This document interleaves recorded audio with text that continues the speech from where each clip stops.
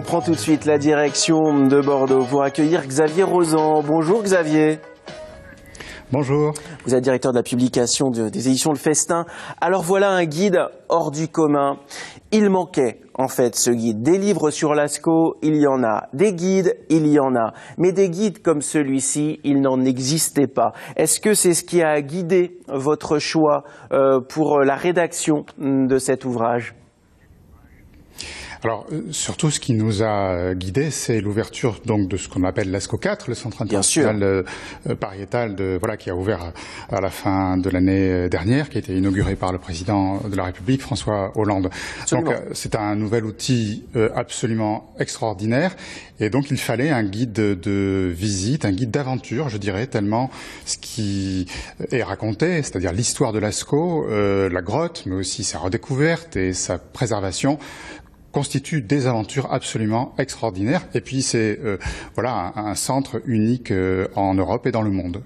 Alors c'est un centre unique en Europe et dans le monde. On va découvrir quelques images de ce centre d'interprétation international de l'art pariétal.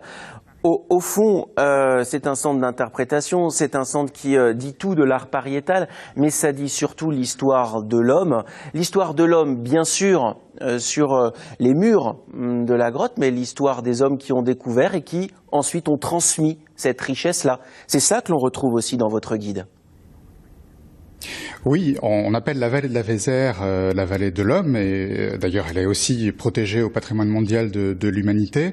Ouais. Ça veut dire la responsabilité de ceux qui l'ont découverte, de 4 jeunes gens en 1940, et puis de ceux qui très rapidement, puisqu'elle a été classée dès 1940, l'ont protégée, l'ont accompagnée dans ces diverses évolutions, avec évidemment des risques liés notamment aux bactéries et aux microbes, qui ont entraîné donc ces Lascaux 1, 2, 3 et 4.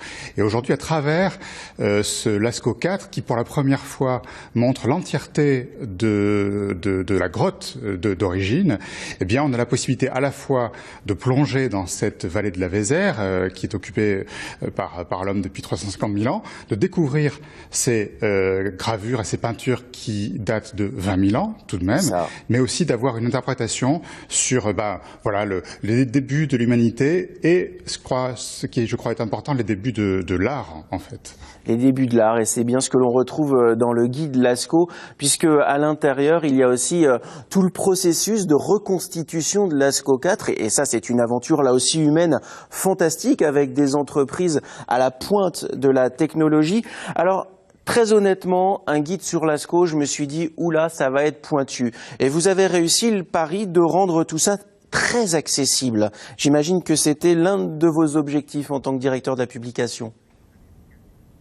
Oui, c'était l'objectif numéro 1 qui était partagé par nos partenaires, c'est-à-dire le conseil départemental Dordogne-Périgord, la région, l'État, et puis j'oublie pas non plus la Sémitour qui s'occupe de la gestion du lieu, et puis avec les auteurs, Nicolas de Saint-Cyr et Valérie Ferriglio, qui ont coordonné un pool d'auteurs. Oui. Il s'agissait de faire en sorte que la matière scientifique, qui peut être extrêmement complexe à tous les points de vue, soit la plus accessible possible, et je dois dire que le pari est réussi, les auteurs ont joué le jeu, il y a aussi un accompagnement iconographique assez exceptionnel, grâce à des photographes qui sont intervenus, et puis aussi des reconstitutions liées aux recherches 3D que l'on retrouve aussi dans le parcours du centre d'interprétation international de l'art pariétal. Xavier, ça va devenir une référence, ce guide-là, à n'en pas douter. Ça s'appelle le guide Lascaux et c'est édité par les éditions Le Festin.